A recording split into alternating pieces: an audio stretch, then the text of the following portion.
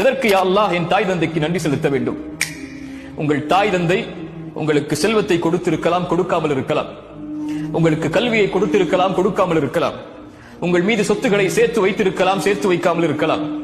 உங்களை நல்ல முறையில் பராமரித்திருக்கலாம், பராமரிக்காமல் இருக்கலாம்.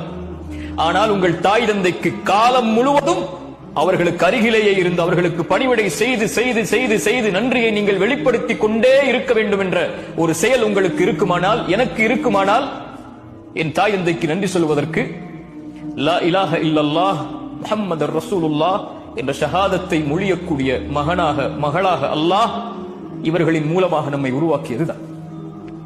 சொத்து இல்லாமல் மரணித்தால், கல்வி இல்லாமல் மரணித்தால், உலகமே இல்லாமல் மரணித்தாலும் அது நஷ்டமில்லை.